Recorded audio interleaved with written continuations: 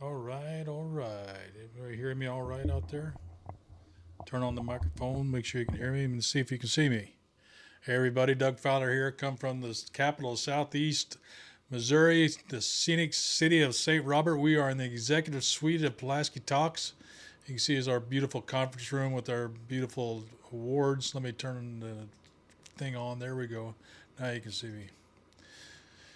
So once again, Doug Fowler here, Pulaski Talks, and we're going to talk about the election. And it's not quite over yet. I believe the 6th is what? Anybody? Next Tuesday wraps it up for the primaries for Pulaski County Republican Party primary and the Democratic Party. And primarily for this discussion, will be focused on the candidates for sheriff and the four or five that we have, and we'll be talking about tonight what you feel their best qualifications are, why they should be sheriff if you're supporting them. If not, what's your thoughts on the process? And I'll do my best to kind of steer the conversation. It'd be a lot better if we had people sitting around the table. If you're interested in joining up virtually, which is basically you'd see your face in the screen right there. I'd bring you into the show. We could talk live and everybody could listen to you and stuff like that. But if not, we can do it by chat. Um, so we're going to pause for a quick 2 minutes, real quick. Let some more people. I just got some chat. Some people want to join in and ask me.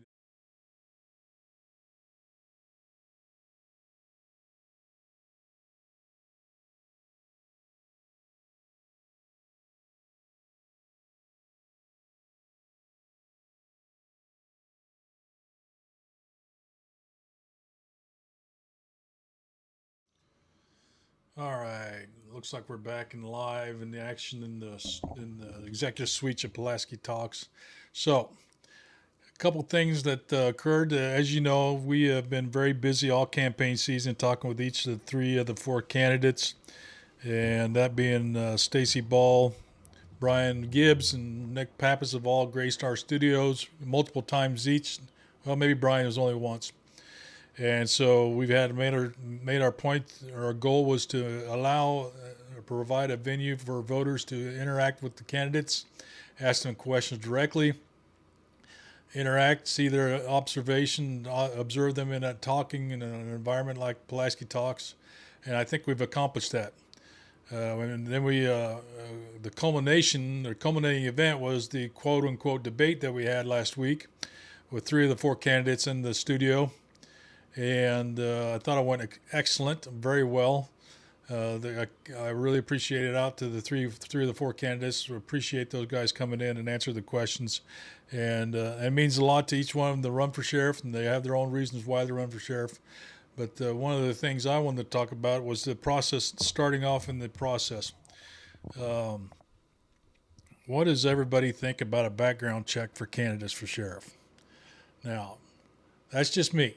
I'm not saying it should be, it shouldn't be, but it seemed like a background check might answer a lot of questions people had just thinking about all the questions we had over the different shows and stuff like that.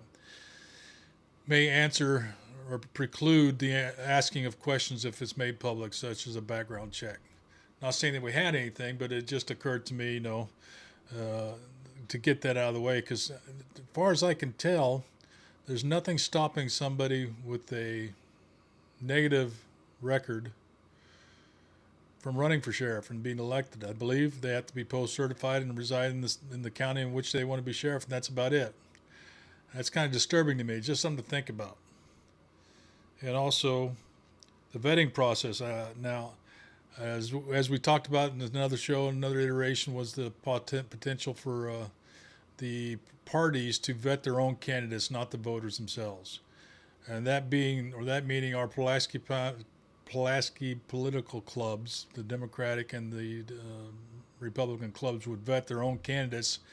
Then after primaries, their favorite candidate would go forward for the respective parties. So I don't know how everybody else feels about that, but um, something to think about. So anyway, I'm going to pop some names out at you, and want to like to talk about at least somebody to chime in with me. We got 10 of you out there, at least on this side of the fence with Facebook, and 4 of you Oh, six on. Oh, we got a good crowd. Thank you, everybody, for chiming in. First question we have, and the first candidate we have is Mr. Rex Larson that I wanted to talk about today. Talk about his campaign. Nothing personal, no personal attacks, but I'd like somebody to chime in there on the comments, or they can call me up at the phone number, if I remember what the number is. Where'd I put the phone?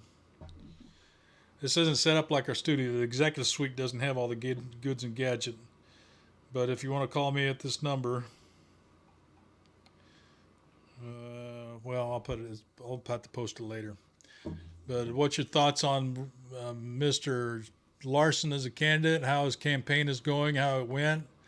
He didn't grace us with his presence during our shows, which is fine. But what do you think the strengths and weaknesses maybe of this candidate? If you want to chime in, and I'll stand by.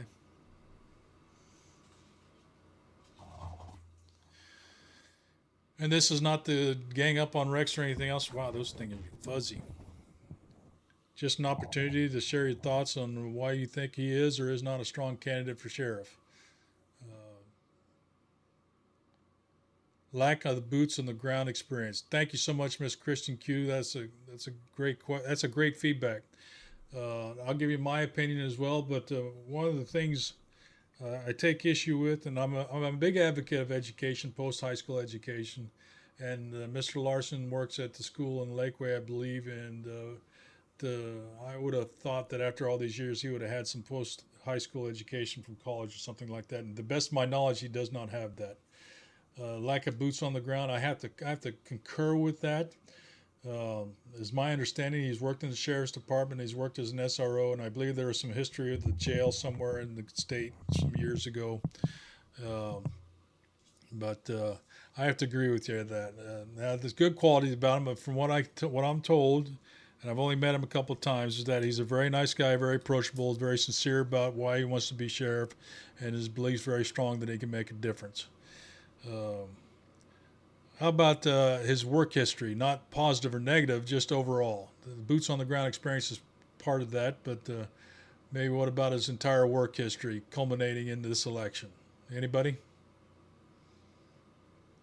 Stone County. Thank you, Don. That's where I remember hearing that. Thank you so much, Darren. Well, my concern is, in my understanding, the last election, the current sheriff, J.B. King, the current sheriff, rescinded Mr. Larson's commission, and in order to be an SRO, which is what Mr. Larson is or slash was, in order to be an SRO, you have to be commissioned through the sheriff's department, at least at Lakeway, because the Lakeway School District is not able to commission officers themselves. So with that being said, that means for the last 4 years, at least, Mr. Larson has not only been in a reserve status with St. Robert Police Department. I believe that's where his commission's through. And somebody may have to correct me, but all my facts they may not be 100% accurate. I get cluttered every once in a while. But anyway, my biggest concern with that facet is that he's been in an inactive / reserve status for the past 4 years. And I know for certain there's been many hiring actions throughout the municipalities within Pulaski County and abroad to serve as peace officers, law enforcement officers. And for somebody that wants to be sheriff, that has stayed at his current position as, I believe, IT director at Lakeway instead of pursuing additional law enforcement opportunities, it just concerns me. I find it concerning. And it's just me. I'm not trying to sway any votes. I mean, if you're bound and determined to be a law enforcement officer and you want to be the sheriff of Pulaski County, why wouldn't you be a law enforcement officer somewhere else in the county and provide support to the citizens, whether it be in St. Robert, Waynesville, what have you? I understand SRO. Well, he's not an SRO. That's another question I have. Is he an SRO? Now, my understanding, and some viewers out there know where I'm going with this, is that to be an SRO, you have to be commissioned by the county police department, which being the sheriff's department. And of course, we know that Mr. Larson is not commissioned to the sheriff's department. I'm reading the note. Okay, thank you so much. Yeah, I agree with you, but Darren, no doubt, no question about his personality and person as in general. Um, but he's not an SRO. But however, and everything, all his literature, his campaign website, and everything else, he states that he is uh, an SRO. And in my mind, the only reason you would claim to be something that you're not is to sway the voters. And so to show or demonstrate that you are still an active law enforcement officer, which an SRO would be, but he cannot be an SRO. I believe somebody watching out there tonight has actually verified and clarified that with him. You can call yourself an SRO all you want, but I can call myself a sheriff all I want. And I could be qualified to be a sheriff, but I'm not sheriff. So it's my opinion, and that being my opinion alone, he's not an SRO despite claims to the contrary. So that disturbs me greatly. And I wish you would, if you got some supporters out there disagree with me, chime in. This is open forum, just expressing opinions. Yeah, Miss Q, I'm going to just call you Miss Q. I agree. As best as I know, he's a very great guy. He's a good guy, and but I have to concur in my own opinion. I don't think he's cut out to be sheriff, especially with the situation about the inactive status for the past 4+ years, no post high school education, and stating that he is in fact uh, an SRO when in fact it's impossible legally to be an SRO at Lakeway. Let's see what Darren says. His title as SRO has not been changed by the school. Well, it still doesn't make him an SRO, does it, Darren? Legally. I would figure that's a liability issue for their insurance I would be concerned about. He's not carrying a gun and badge and doesn't have arresting capability or authority. You're not an SRO. That's my opinion. That's put that out there right now. So, anything else about Mr. Larson? Anybody would like to comment his qualifications to the pro? Why do you think he should be sheriff? We're not bashing on anybody. Just giving my opinion. Anybody else wants to chime in there? We'll open the mic up. We got 9 of you out there watching, listening at home.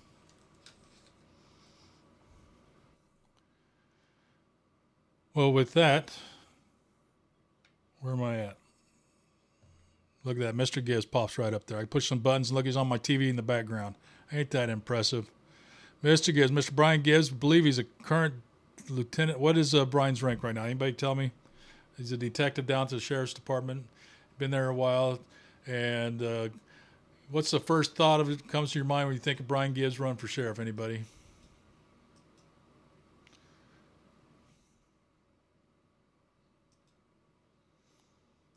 Detective Sergeant. Thank you so much, Mr. LB Page. Thank you so much. Dedicated. I have heard nothing to the contrary. I have to agree with you on that. I would say he's a very eloquent speaker as well. When I had him on my show, he was one of the first guests to come on board and to support the show throughout the time we've been in existence. Very eloquent, speaks very, very well. I could see him standing behind a microphone giving KY3 a run for their money. Professional, Miss Q. Thank you so much. Good person, Darren. I agree with you there. Consider him a good person. Now, it's absolutely dedicated to the job, to the county, has a wealth of knowledge and genuine. He has the facts full of knowledge. Okay, great. Thank you so much. No, now, that's a lot of pros. Now, if you got some pros, you got some cons out there. So give me a con to Mr. Brian Gibbs going for sheriff. As in, I don't even know what con means, but pros and cons. Because when he was walking in my studio, he was not walking on water. Pulls no punches? All right. Are you talking about Mr. Gibbs or talking about me, Miss Harper? Hopefully it's me. I try not to pull no punches.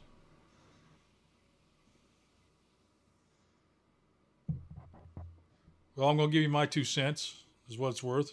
There's always pros and there's always cons. Best of my knowledge, he has, thank you, Miss Harper.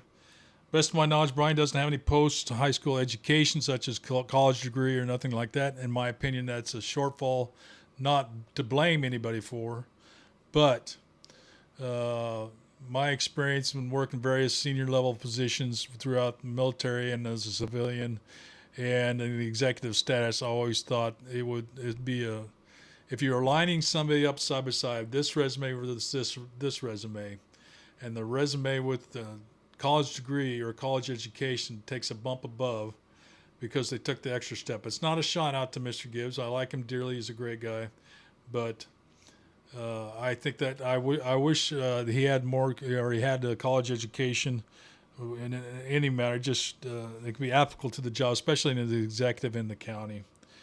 Um, and I believe, and I could be wrong, and please correct me if I'm wrong, most, if not all of Mr. Gibbs' experience is limited to the Rolla and Pulaski County area. Is that correct? I would have liked to have my producers give me okay, thank you so much. I would have liked to have my producers printed out all the resumes for everybody, but cats can't run computers, I've learned, so they're useless. But if that be the case, and if I'm not mistaken, that Mr. Gibbs' experience is limited to Pulaski County and the surrounding counties, I don't know if that's necessarily a downfall or shortfall or a benefit. He probably knows the county like the back of his hand. He's worked with different departments within the county, different municipalities. I believe he's worked St. Robert, Rolla, and the sheriff's department, and for the prosecutor. So there's a breadth of breadth of experience there that definitely can be attributed to this experience. And but the depth of, I can't blame him for not being a federal officer. It's hard to get a position like that. Let's go what Darren says. Does he have the leadership experience to do the job? Well, he's a detective sergeant. Is that not a leadership position? Is that correct? I'm seriously asking. I'm assuming he supervises detectives.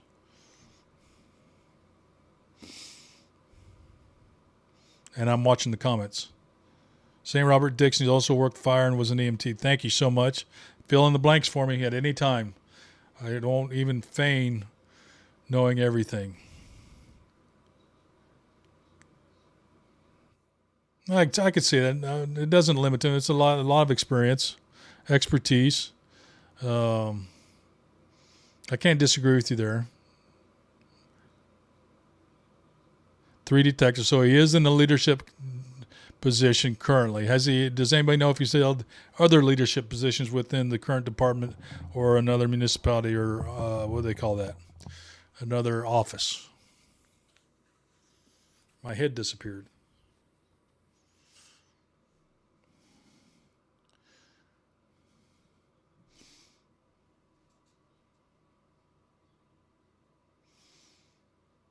We'll just say he's got some leadership experience, specifically in his current position as detective sergeant, and from what I understand, he's got a wealth of experience within internal to and external to the county, and not only police law enforcement capacity, but also volunteer fire, lieutenant for volunteer fire. Thank you so much. With Rolla Rural, thank you so much. So it's pretty well blended right there. Pretty well blended. Any other cons? Any cons for Mr. Gibbs? This may be, and we're not shooting. We're just bringing up the obvious. Let me say that. Let's bring up the obvious. And it's transparent. Everybody makes a good decision. Talks about the pros and cons. He's not a Hawkeye fan. I should disqualify him right there at the beginning. I don't have my Hawkeye hat. I cannot believe I don't have an Iowa Hawkeye hat on. Oh, I got my Pulaski Talks hat on. Well, there should be a vetting challenge for the parties, all parties concerned. Despite not being in a Hawkeye state, they should be Hawkeye fans. Oh, he has to be. Thank you so much. Appreciate that. I win. So thank you so much. So we're going to drop Mr. Gibbs right where he sits right there. I think we have a pretty good discussion on him. Oh yeah, I can see that some are on summer break, Mr. and Miss Harper, and have lots of time to knock on doors. Now that's another thing. Since when do campaign signs vote?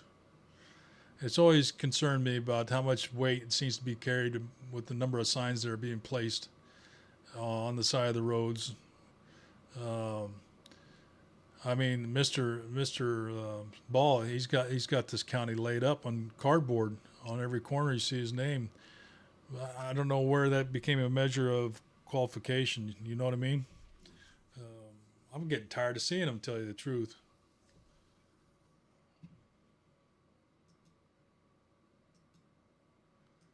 I had to unhide some comments. I didn't know I was hiding them. So, all right. Next on, we will go to Stacy Ball, candidate for Pulaski County Sheriff.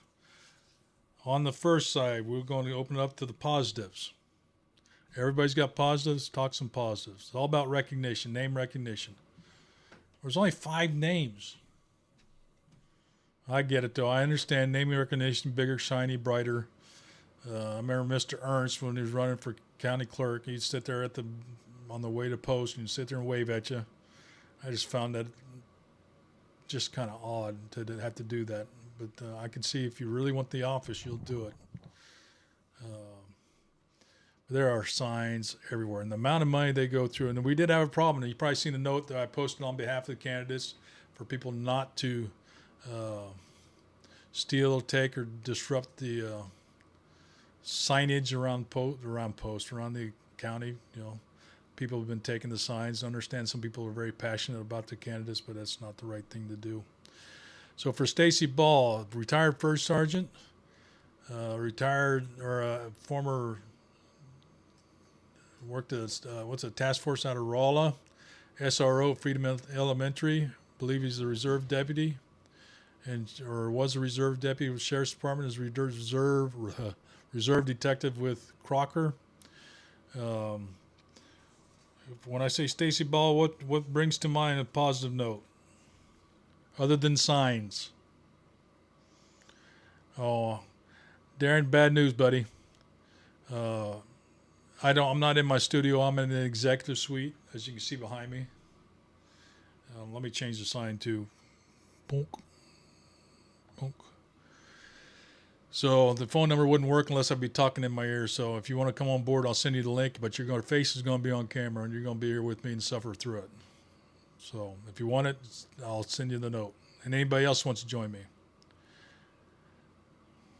Well, Miss Q, I have heard that is a concern. I'm a book, chapter, and verse kind of guy when it comes to the rules and not breaking them, especially when there's a. You're talking about the integrity of the office and the candidates themselves, and if they're putting in signs in the areas where they're not supposed to put signs up, they should know better, and that's a reflective of the candidate and nobody else, as far as I'm concerned. To me, it's just as bad. Rich, what you got there? Oh, thank you, Rich. I have made that myself out of wood carvings and beaver nails. Now you got to take the nails off really slow with the beaver. So, yeah, I've heard that happens as well too. I've not experienced that myself. I don't consider that. I think it should be open forum and open. When you run for office, now this is Doug Fowler 101. And this is why I'll never run for office.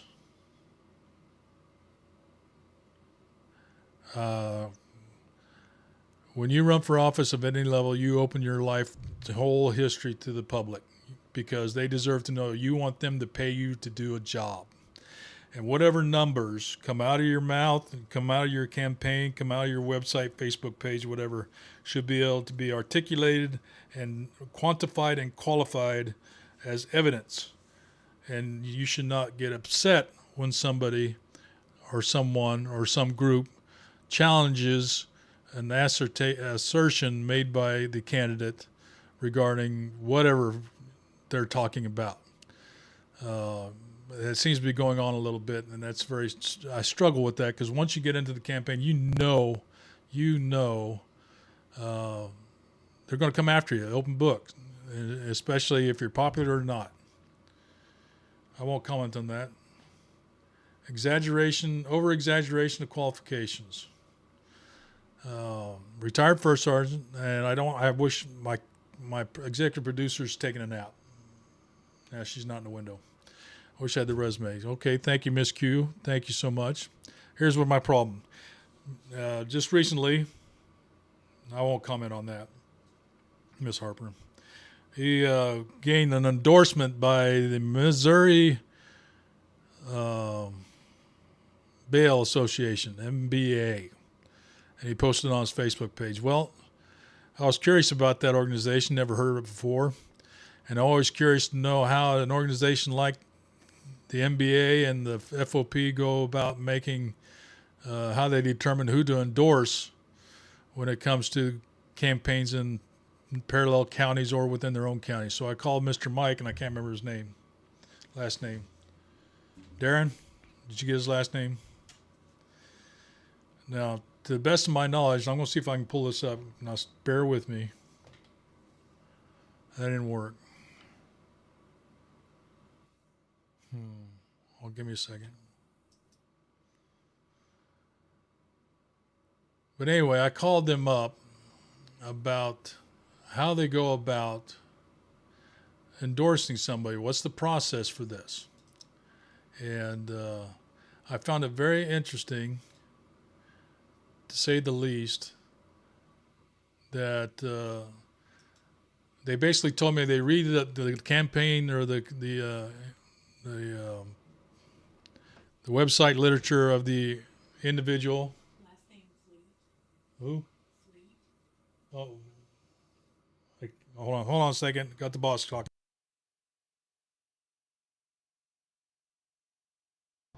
Mr. Fleet, that was the boss, and she put me on the spot and put me right in the right direction. So anyway, I had to Google it. If you Google Missouri Bail Association, Mike Fleet, that's it. Thank you so much. And so I asked them, how do you go about getting an endorsement from the Missouri Bail Association? And they basically, in summary, the way I left the conversation was that they research the candidate, they look at the literature. If it lines up with what they believe in and what their core beliefs are about training and such, then they earn the endorsement. Now, here's the problem that I have with the whole issue. I asked them specifically, did the MBA speak with Rex Larson? Well, no. Did the MBA speak with Brian Gibbs? Well, no. Did the MBA speak with Nick Pappas? No. And then if there's no chance for a candidate to be endorsed, what's the value of the endorsement? And then I dug a little further, and I wish I could get my thing to work for you guys. Give me a second.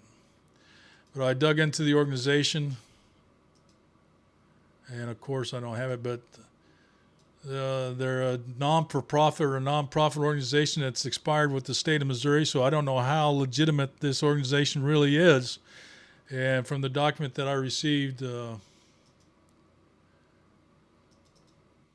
from the Missouri Bail Association, their non-profit corporation has been revoked by the Secretary of State. So if that is in fact true,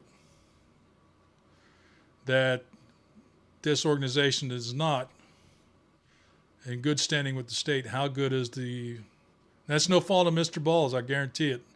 Well, at least I assume it's no fault of his for getting an endorsement. He's just I don't know how much value I would place on that endorsement. The same with the FOP. Now, with the FOP, Fraternal Order of Police, I don't know if you guys can hear that. It's my executive producer trying to get in there, and she's not happy. But with the Fraternal Order of Police out of Rolla, Mr. Ball got an endorsement as well.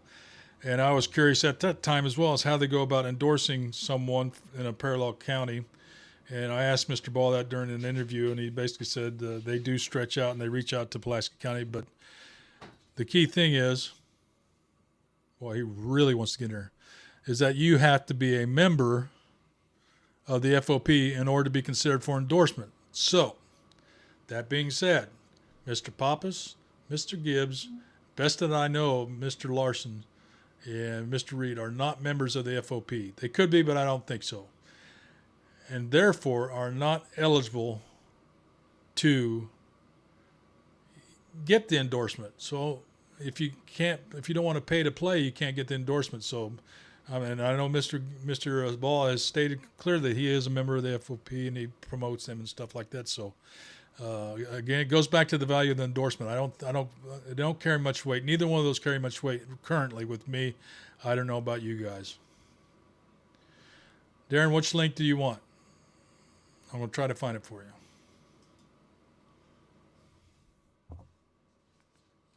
Oh, you want me to send it to you? I got you. Give me a second. It's going to take a second. Basically, if you want to come and chime, there's that. Let's just start chime. And give me a second, Darren. I'm going to send you a note. We'll see how it works. I sent you a private message, Darren. We'll see if this works. This is the first time we've ever done it. I can get 11 people on this stream right now, and you have all your heads poking around me. We could all be screaming at each other about who's the best candidate. So anything else about Mr. Ball?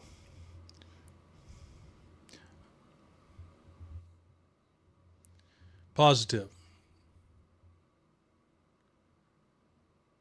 I understand. No, it's fine. I sent you the link. And so you click on the link and it should be able to pop right up. So check your messages for a link. Statistics. Now, my bean counter hat gets riled up when statistics are cited but never demonstrated. And that being, I'm not saying calling anybody a liar whatsoever. However, I believe, I'm going to give me a second here. I got to go to a website.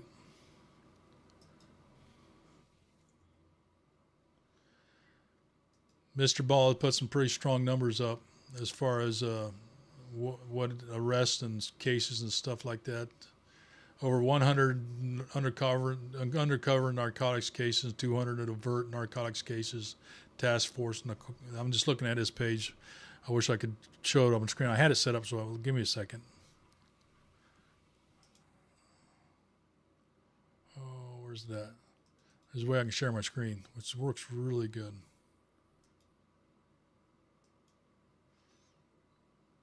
It's just not going to work today. So anyway,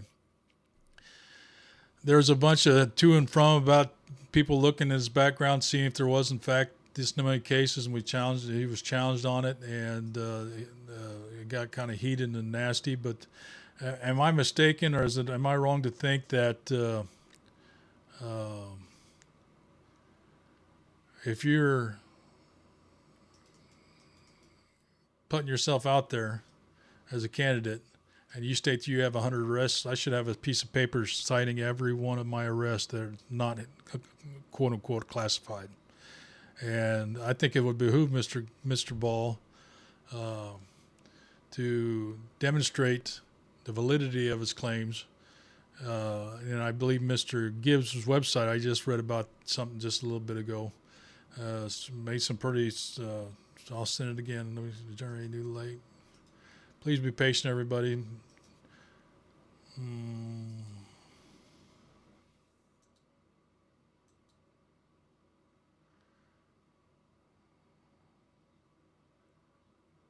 Sending you a message right now. Anybody else want to join in? Get on the fun. Be famous. Make you famous. Message sent, Darren.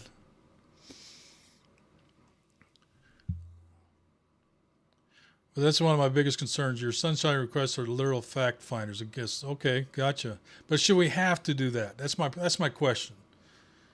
If I say I'm running for office, whatever office it is, and I say I've done 100,000 of these, and knowing that I've just opened myself up to scrutiny, I'd have evidence that I've done 100,000 of the X, Y, and Z.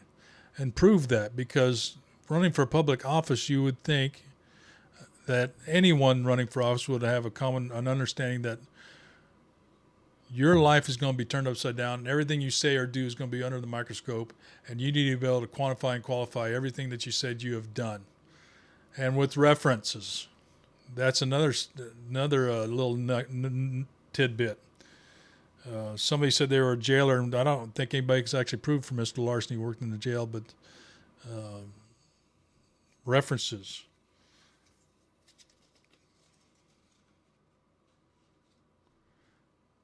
Darren, you get in there?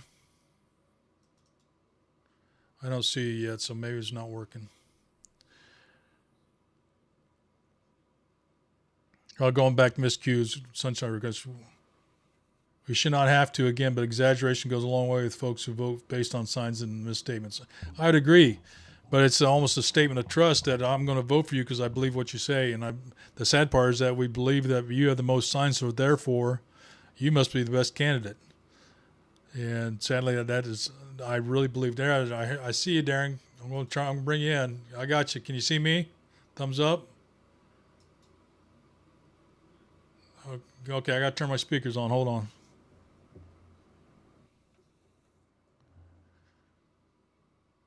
We may be breaking ground here, folks.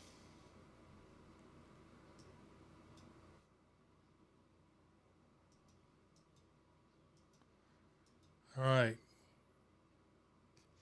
I don't know if you guys can see Darren. Hey, boss, can you see Darren? No, I can't see Darren. I can. Let's see.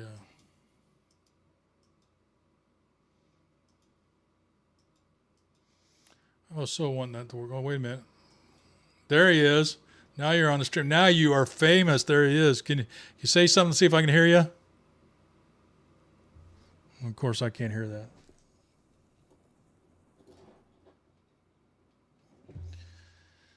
Let me get my headphones on. Break for station identification sponsorships.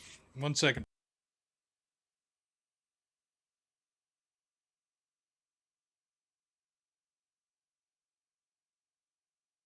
I'll be right back.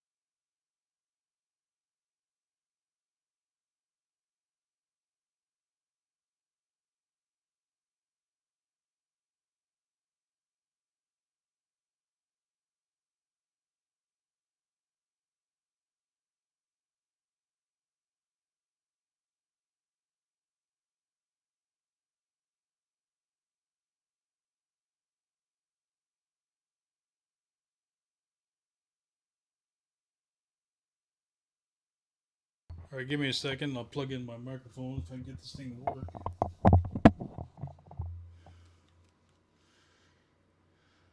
We should not vote for someone. Can you hear me?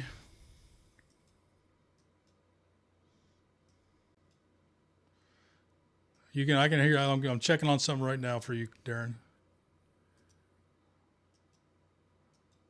How about now? No, I can't hear you. Well, I was hoping it would work. It's supposed to work, but we'll have to try some other way next time. I'm going to log you off there.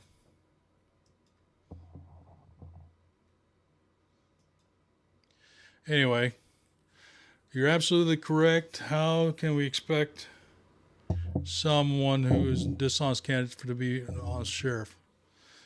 It definitely becomes a challenge, and your integrity is going to be tested. Definitely.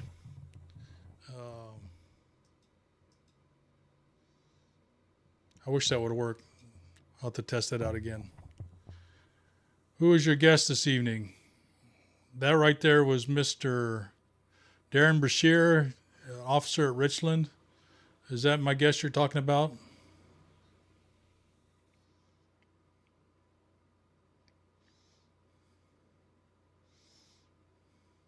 Miss Blainer?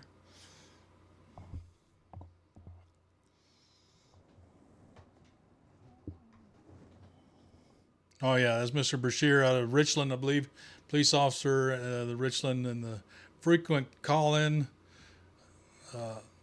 to the show and supporter of the show. Matter of fact, he was our sole audience member during the debate, so we always appreciate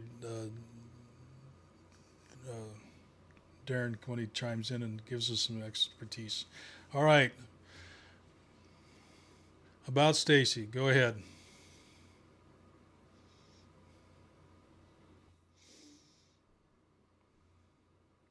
Oh, I was talking about statistics, and if you're going to cite statistics, you'll be able to demonstrate statistics. I can't get my screen to work. I was watching. I invite you all to. I'm going to post check out Mr.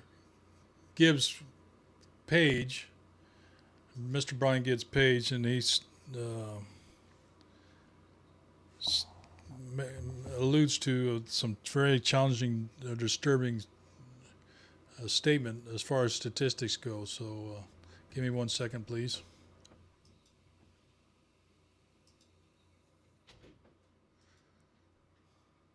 Can Darren just call your phone and Yeah, I got the one. Put it on speaker. Hold on. Darren, text me your cell phone number. I'll call you.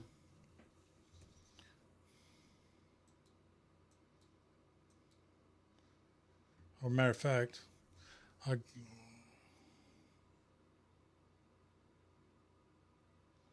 Oh, gotcha. He stated that he didn't know. I'd heard speculation and talking about that. Here's a link to Mr. Gibbs' Facebook page, but I invite you all to read what's posted there rather than me trying to regurgitate it.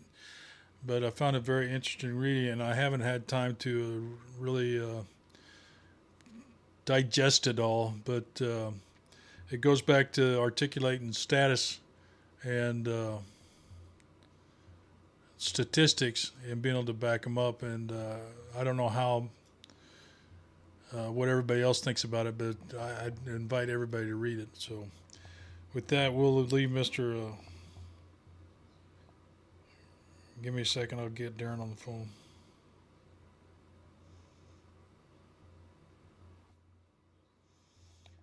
Am I? Some days, just some days. I tell you what, you can't make anything work right. Darren, call me. You got my number.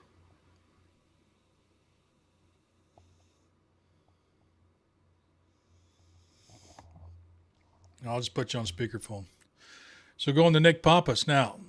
We've bashed everybody else, but we also give compliments. So give compliments, Mr. Ball. Served government, served the Army as a first sergeant in the military police corps for 20 years. I agree, Dana. I don't know why I can't get your name right. I do apologize. But should be unquestionable integrity and morals. I've served in various leadership capacities, both military and as civilian. And once you lose the high ground, so they speak, that being your integrity being unquestionable, and your word can't be trusted anymore, you've lost it. Thank you, Darren. I don't know where you sent it to, but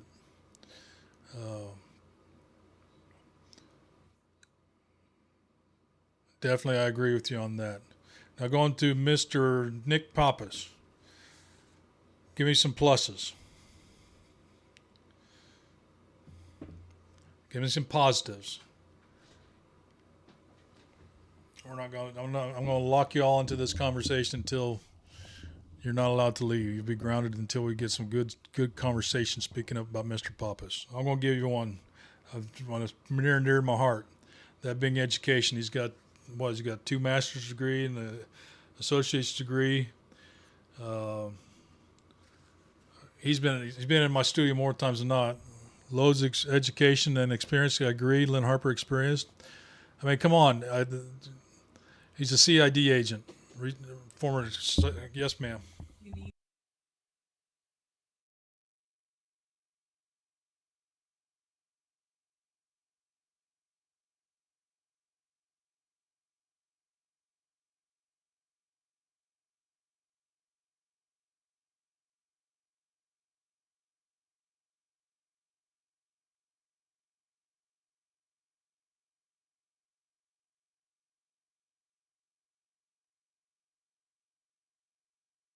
Sorry about that. Station break for identification, nature break, whatever you want to call it. So That's me, Darren. We got Darren on the line here.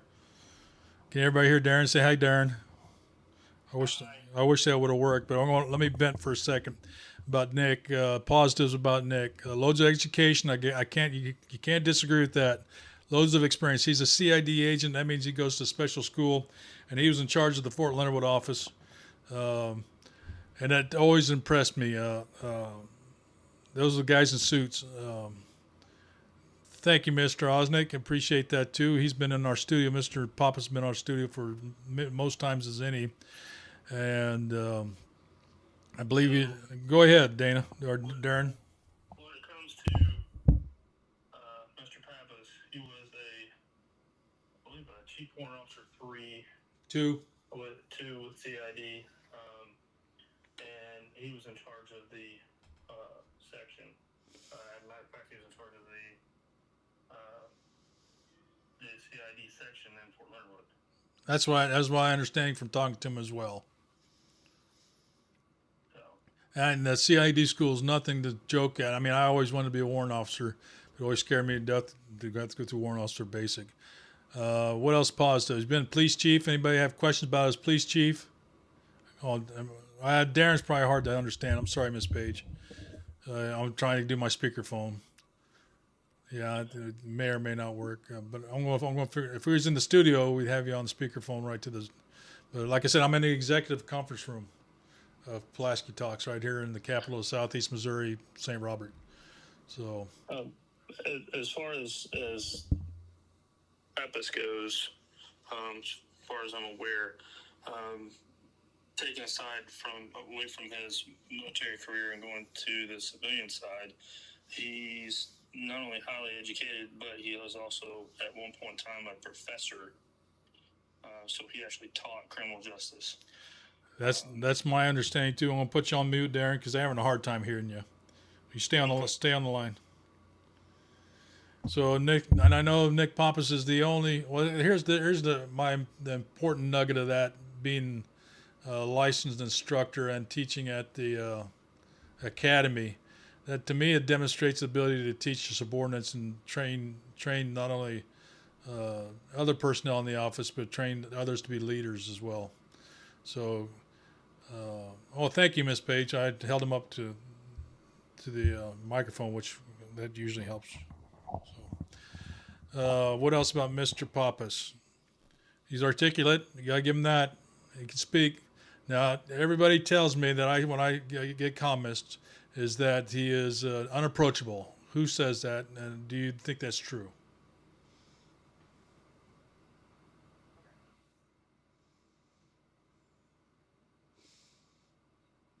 And while you're thinking about that, consider when I had him in the studio a few times, a lot of people complained that Mr. Pappas wasn't out into the out door knocking and voting. Thank you, Mr. Taylor Barler. Thank you so much. He really cares for the kids in the community. Thank you so much.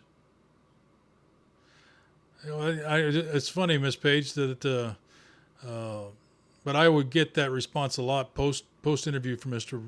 Pappas, and people say he's so unapproachable and so stiff. I got to say in my own mind that I would rather have somebody that somewhat seems to be unapproachable as somebody that is technically and tactically proficient and able to fight the war that we need to fight this plague. And I'm kind of paraphrasing his words in his last post and stuff like that. But I really appreciate that and being able to fight those without question, and without having the second guess and stuff like that. So that's something like I kind of like.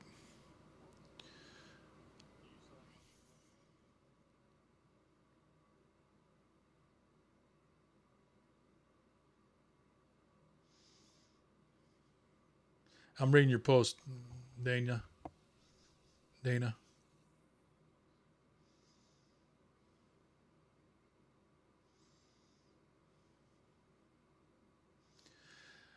I don't know why that is, and I don't know. Has any? I'm talking to Dana now. Does any of the current officers with the sheriff's department spoke to you about the case and how it seems to have fallen through the cracks?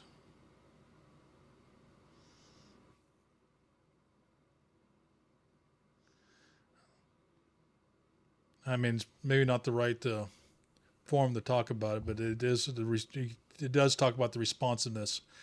And I can vouch for two of the candidates, being Mr. Gibbs and Mr. Pappas.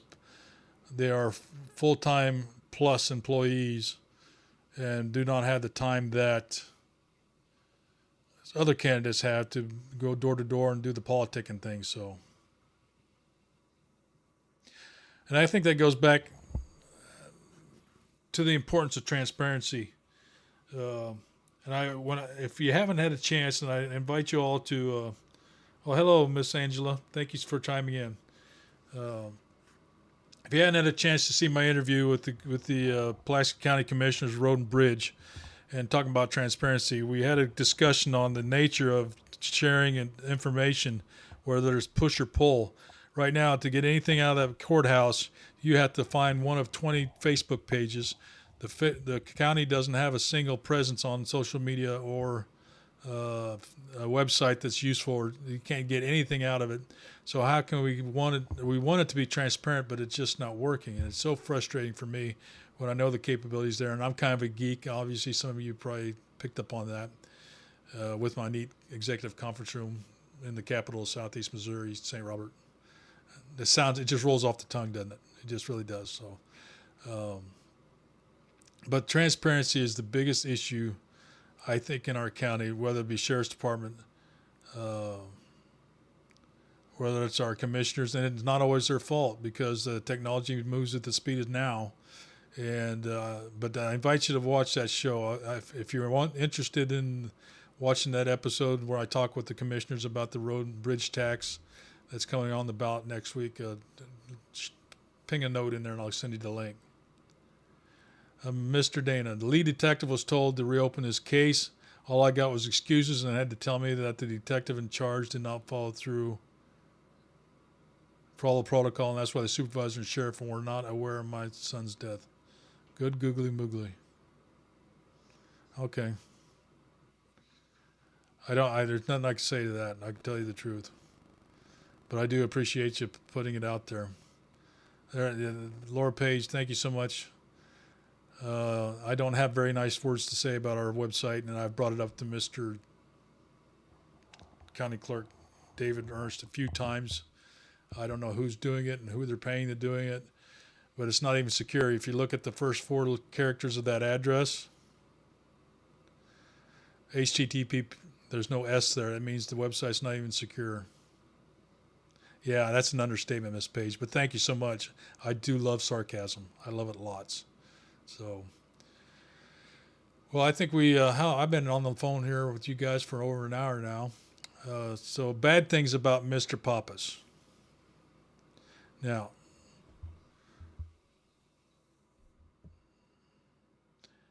going back to the conversation I had with the MBA, the Missouri Bailers Association, for Mr.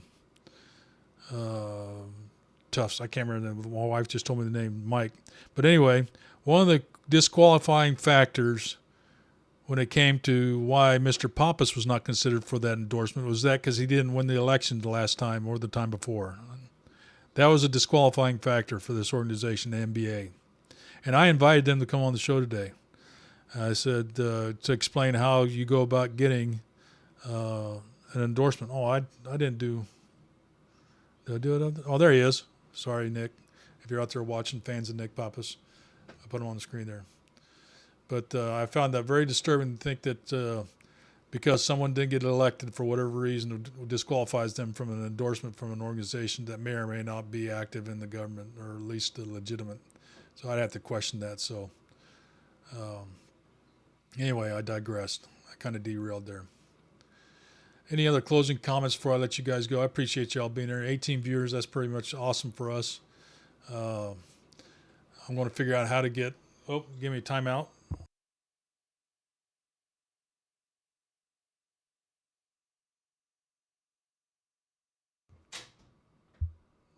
Still there, Darren? Still there, Darren? Yeah, I'm still here. Okay. So, but anyway, my only input on as far as the endorsements received by some of the candidates, verify and double check them. I know Mr. Pappas got an endorsement, and that was definitely legit from a former prosecutor. The only other two endorsements I noticed that I can think of off the top of my head were to Mr. Ball, but I would have to call BS on the later one because and the FOB, no fault of Mr. Ball, but I cannot believe there's any value to a endorsement when nobody else has the chance to be endorsed. So, any closing comments from anybody out there in the Ethernet land and watching our show? I do appreciate everybody chiming in. Next show we have is on Friday, where we'll actually have the that's an understatement right there. On Friday, with the electoral, I'm going to hang up on you, Darren. I'm going to shut you off. The election judges, one from each party, will be in the studio with me on Friday night at 6:30 p.m. and we'll talk about what's on the ballot, how it works, what's the nature of primaries and the election process. It's a nonpartisan event. And thank you so much, LB Page. I appreciate it. And, please spread the word. I'm going to figure out how to get the podcast thing working. Not the podcast, but we're trying to get Darren talking as well. I used to be able to get that to work. But regardless, I appreciate everybody chiming in. Make sure you spread the word. If you know anybody, I don't know Judge Hickle. No real judge, just an election judge. So each party, as I understand it, has a judge that monitors the election process for their respective party to make sure no nasty things are going on, cheating, stuff like that. And they work together to demonstrate validity of our electoral process. And so one of them is Anthony Lasix is coming in here. He's the Republican Party judge, I believe, and I don't remember the lady's name from the Democratic Party. He's going to come in, but they'll be in there at 6:30, assuming nothing else falls through at the cracks. So, yes, Mr. Darren, yes, no, you're good. I actually asked Mr. Ball for that letter that he stated in our podcast. He said, for those that weren't aware and didn't see that episode where I interviewed Mr. Ball, he lost his commission, fell through the cracks, or he lost his commission from Phelps County. What was the time period there? Quite a few years. For 2 years, and he does now. And so it's my understanding that Mr. Ball has a letter from the Phelps County Sheriff's Office to explain what happened that demonstrates that it is not due to his fault. However, it is my understanding, in talking with the Missouri Post, that in order for somebody to be removed from the commission roster, it takes a deliberate action. Otherwise, to leave someone on with the commission onto the post roster may or may not be a misdemeanor for the officer in charge, that being the sheriff of Phelps County. So Mr. Ball, I did ask him today if he could post it on his Facebook page, and once he does, I'll actually post it to the now, I wouldn't say it's the sheriff's fault, but I left the interview with the understanding that there's an administrative snafu and his commission fell out of the system. Now, you can take that for whatever you want, but keep an eye on his Facebook page. If I get it beforehand, I'll share it with everybody on our page, Pulaski Talks, right here in our Genius Executive Conference Room in the capital of Southeast Missouri, St. Robert. So if you ever like to come on the show too, we'd love to have you. I got room for about 4 or 5 inside the studio. And it is interesting. It goes back to job references. I think I may have posted, or maybe Nick posted, maybe it's time we start doing reference checks on our candidates to validate and verify exactly what they're telling us, because that sure is frustrating, especially for somebody that's been backing another candidate for so long, to find out they may have found out that it's not so true. The facts aren't what they attend. They're alternative facts. Remember that term? Anyway, for those that don't know me for very well, I'm fiercely and fanatically independent, so I belong to no party. I bend the knee to no man, no organization. So it makes it fun. I can pick on both sides. So with that, I'm going to log off, everybody, and I want to express my appreciation for everybody joining in with me tonight. Enjoyed the comments. I know I probably didn't get everything out that I wanted to, but I couldn't get my little Gidgy gadget working where I could bring up stuff on the screen. And maybe next time we'll get that going. So thank you all. Go Hawks. Amen.